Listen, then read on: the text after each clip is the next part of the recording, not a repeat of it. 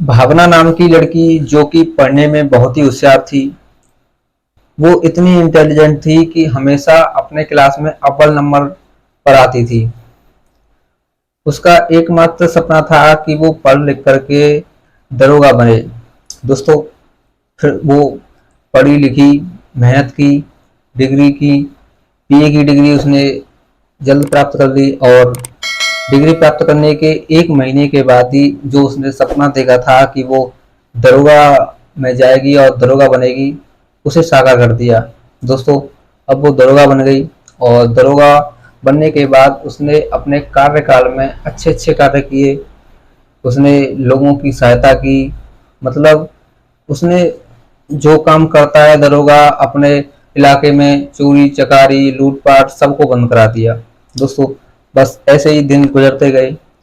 फिर एक दिन उसके इलाके में एक झगड़ा हो जाता है, दो गुटों में मारपीट हो जाती है। अब वो दोनों गुट वाले चौकी में पहुंचते हैं। दोस्तों, दरोगा एक जो होती है वो एक चौकी की इंचार्ज होती है। वो जो गुट वाले थे जो मार धाड़ कर करके उस दरोगा के पास चौकी में पहुंचते हैं और उससे अपनी अपनी एफआईआर लिखाते हैं। दोस्तों, वो उन दोनों गुटों की बातों को सुनने के बाद एफआईआर लिख लेती है और फिर उनसे बातचीत करती है एक एक करके। फिर वो एक से बात करती है, दूसरे से बात करती है। एक दूसरे के बारे में गलत बोलता है, दूसरा एक के बारे में गलत बोलता है। बस दोस्तों, वो उन दोनों की बातों को ऐसे ही सुनती रहती है। फिर उसे समझ में नहीं आता कि उसे आगे क्या करना चाहिए। फिर वो थोड़ी देर बाद अपने दिमाग को दौड़ाती है और वो एक गुट वाले से पैसे ले लेती है। दोस्तों, वो उससे कहती है कि तुम्हारा जो भी मामला है मैं उसे हैंडल करवा दूंगी, तुम बस मुझे 10,000 रुपये दे दो, जो भी तुम्हारा केस है वो तुम्हारे हक में करूंगी। दोस्तों, बस वो गुट वाला मैडम की बातों को सुनने के बाद उन्हें 10,000 रुपये दे देता है। अब दोस्तों, उन दोनों का मामला वहां से ही सेटल हो जाता है। फिर जो गुट वाले थे वहां से चले जाते हैं। दोस्तों, जैसे ही वो मैडम 10,000 रुपये जब गुट वाले से लेती हैं तो एक कांस्टेबल उन्हें रिश्वत लेते हुए देख लेता है। अब दोस्तों, जैसे ही वो रिश्वत लेते हुए देखता है तो मैडम से बोलता है कि मैडम हमें भी हमारा हिस्सा दो, तो मैडम उसे पैसे देने से इनकार कर देती हैं। फिर जो कांस्टेबल होता है वो थाने पहुंचता है। दोस्तों, थाने के अंडर ही कई दरोगा आते हैं, कई चौकी के इंचार्ज आते हैं। तो और जो थाने का प्रभारी होता है वो एसएचओ होता है, स्टेशन हाउस ऑफिसर। वो कांस्टेबल उस एसएचओ के पास जाता है और एसएचओ से उस मैडम की शिकायत करता है। दोस्तों, वो मैडम के बारे में बोल देता है कि मैडम ने रिश्वत ली है। अब दोस्तों, जैसे ही ये बात एसएचओ ने सुनी तो वो बौखला गए। फिर उन्होंने तुरंत ही उस दरोगा को, भावना को अपने पास बुलाया और उससे बातचीत की। उन्होंने भावना को धमकाया कि तुम अगर ऐसे ही रिश्वत लोगी तो मैं तुम्हें बर्खास्त कर दूंगा। दोस्तों, ऐसी बात सुनने के बाद भावना डर जाती है। फिर वो अपने जो साहब थे एसएचओ साहब, उनसे बातचीत करती है कि सर मामले को यहीं कुछ ले दे करके हैंडल कर दीजिए। मैंने उससे गुट से 10,000 रुपये कमाए थे, आधा आप रख लीजिए, आधा मैं रख लेती हूँ। अब दोस्तों, एसएचओ साहब बोलते हैं कि आधे से कम नहीं चलेगा, मैं पूरा ही लूंगा। तो मैडम साहब बोलती हैं कि ठीक है सर, आप पूरा ही रख लीजिए। दोस्तों, एसएचओ साहब उस मैडम से पूरे के पूरे 10,000 रुपये ले लेते हैं और फिर उससे कहते हैं कि अगर तुमको इस बर्खास्त होने की जो नौबत तुम्हारी आई है उससे बचना है तो तुम्हें आज मेरे घर पर आना पड़ेगा। अब दोस्तों, मैडम साहिबा उस बर्खास्त होने की बात सुनने के बाद वो अपने सर से बोल देती हैं कि ठीक है सर, हम आ जाएंगे। दोस्तों, बस ऐसे ही बातचीत होती है। फिर शाम हो जाती है, रात के करीब 8 बज जाते हैं। भावना एसएचओ के घर पहुंचती है, बेल दबाती है तो अंदर जाती है तो देखती है कि जो एसएचओ साहब हैं वो शराब पी रहे हैं। 2 गिलास रखे हुए हैं उनकी टेबल पर और किंगफिशर की बियर रखी हुई है। दोस्तों, फिर एसएचओ साहब भावना को बुलाते हैं, बोलते हैं कि यहाँ आकर के बैठो। भावना वह बैठ जाती है। फिर एसएचओ साहब भावना के लिए एक पैग बनाते हैं। दोस्तों, वो भावना से कहते हैं कि भावना इसको पियो। तो भावना बोलती है कि सर मैं शराब नहीं पीती हूँ। तो एसएचओ साहब बोलते हैं कि भावना तुम्हें हमारी खातिर पीना पड़ेगा, हम तुम्हारे एसएचओ हैं। तो भावना फिर भी मना कर देती है। फिर एसएचओ बोलते हैं कि अगर तुम नहीं शराब पियोगी तो तुम्हारे खिलाफ जो कंप्लेंट आई है कि तुम रिश्वत लेती हो, मैं उसे उजागर कर दूंगा और तुम्हें बर्खास्त करने की ऊपर अपील करूंगा। अब दोस्तों भावना डर जाती है, फिर वो उस शराब के गिलास को अपने होठों से लगाकर खाली कर देती है। दोस्तों भावना एक पैग लेती है, दो पैग लेती है, फिर कहते हैं कि शराब अगर आप एक पैग लोगे तो उसके बाद शराब आपको खुद पीनी पड़ती है। दोस्तों बस भावना टुल्ली हो जाती है पी करके।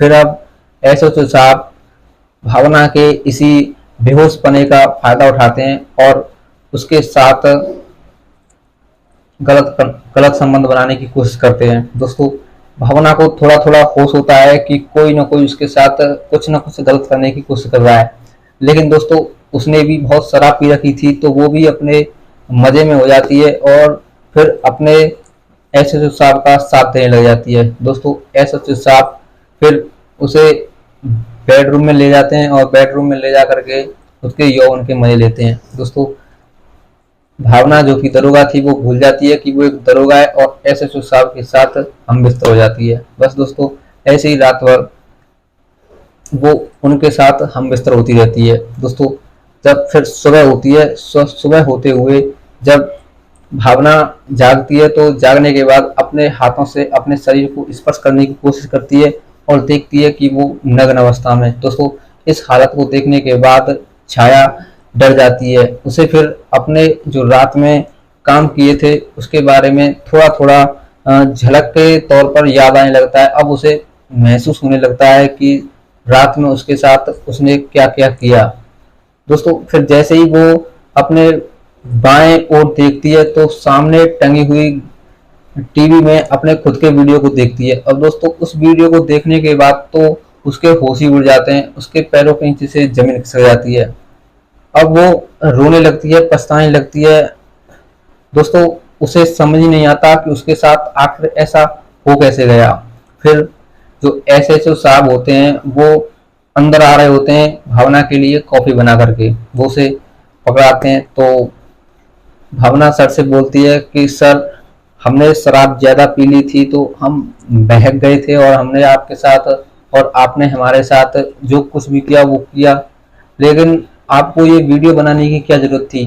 तो एसएचओ साहब बोलते हैं कि देखो वीडियो तो मैंने ऐसे ही बना ली कि जब भी मेरा मन किया करेगा तो मैं, जब भी मुझे तुम्हारी याद आया करेगी तो मैं इस वीडियो को देख करके अपना काम चला लिया करूंगा।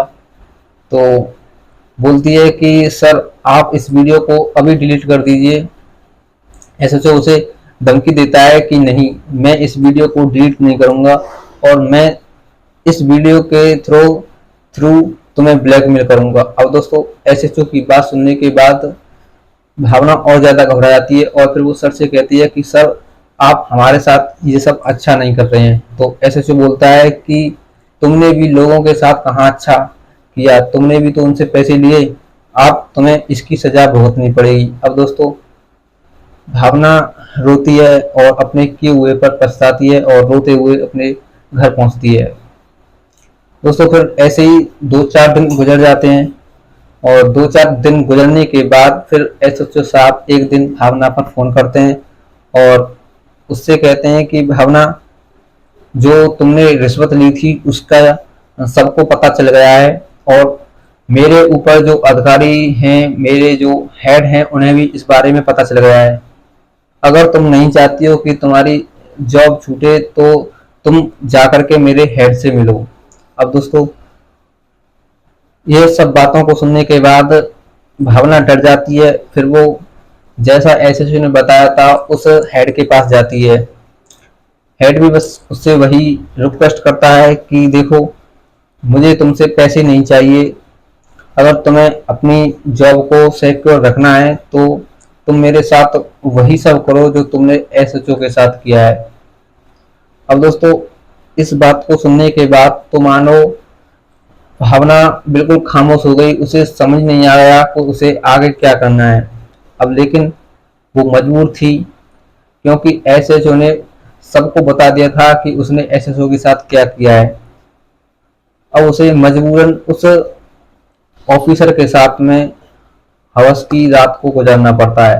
दोस्तों बस वो मजबूरी में कि उसकी नौकरी न छूट जाए, वो इसी मजबूरी के कारण उस ऑफिसर के साथ रातों को रंगीन करती है।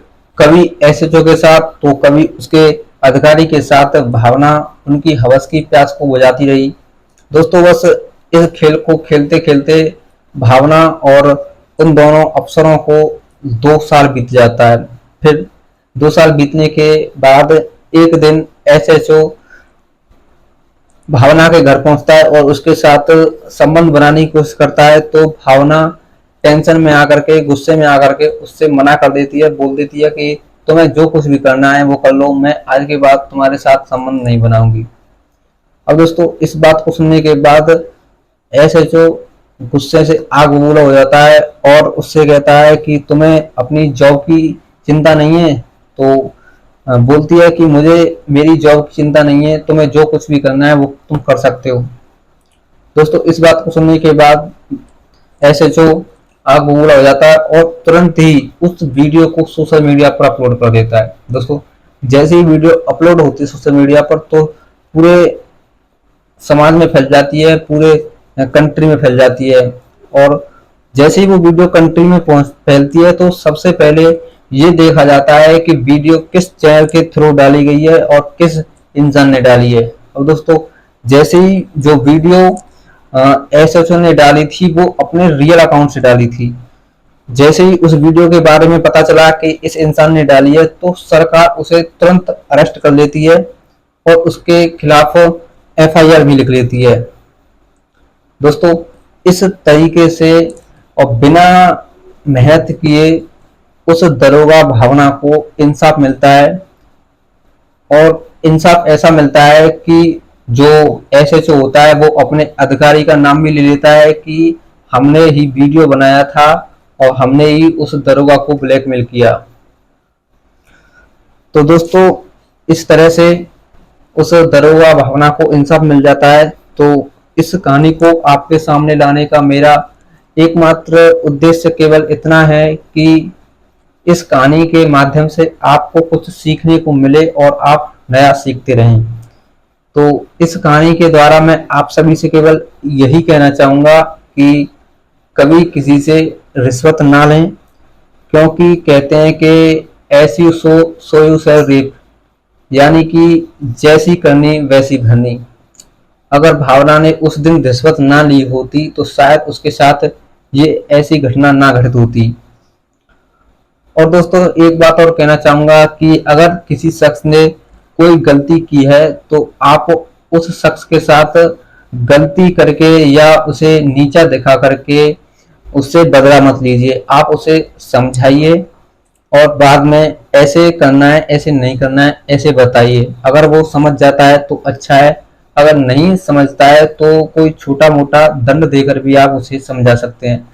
ये नहीं है कि आप उसकी जिंदगी से खिलकर उसे गलत साबित करें। तो कैसी लगी कहानी? अगर कहानी अच्छी लगी हो तो वीडियो को लाइक कर दीजिए, और अगर चैनल पर पहली बार आए तो चैनल को भी सब्सक्राइब कर लीजिए, जिससे कि मेरा मनोबल बना रहे।